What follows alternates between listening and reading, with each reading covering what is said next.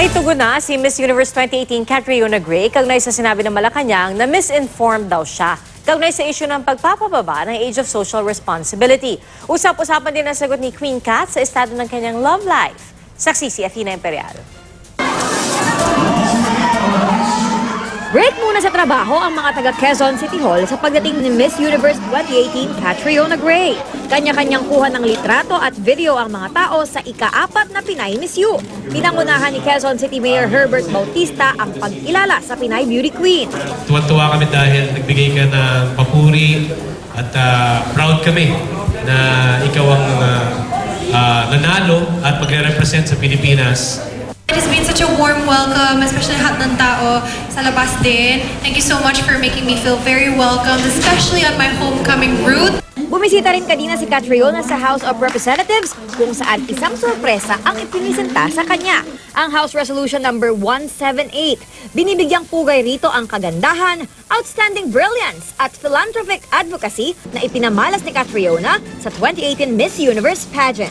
I'm very much open to having conversations with you and learning more about the state of our nation. Also, as a representative of the Philippines to the international stage, I always want to be up to date and knowing where our leaders stand and their viewpoints on national issues. Nakarating na kay Catriona ang tugon ng Malacanang tungkol sa kanyang komento sa pagpapababa ng age of social responsibility. Sa one-on-one interview ng GMA News kay Catriona, iginiit niyang mas dapat tutukan ng gobyerno kung paano mailalayo ang mga bata sa mga sitwasyong nagtutulak sa kanila para gumawa ng krimen. Sagot ni Presidential Spokesman Salvador Panelo, misinformed si Catriona at dapat maturuan tungkol sa batas.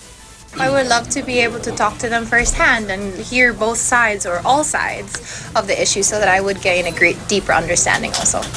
Ano naman ang masasabi ni Kat sa proposal na palitan ng Maharlika ang pangalan ng Pilipinas? If it's not broke, don't fix it. I mean, Philippines is Philippines.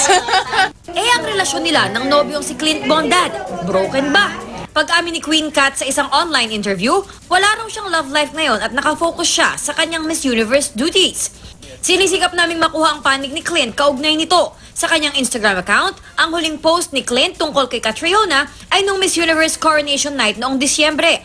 Nito namang January, nag-post si Clint ng photo habang naka-ear cuffs ala Queen Kat.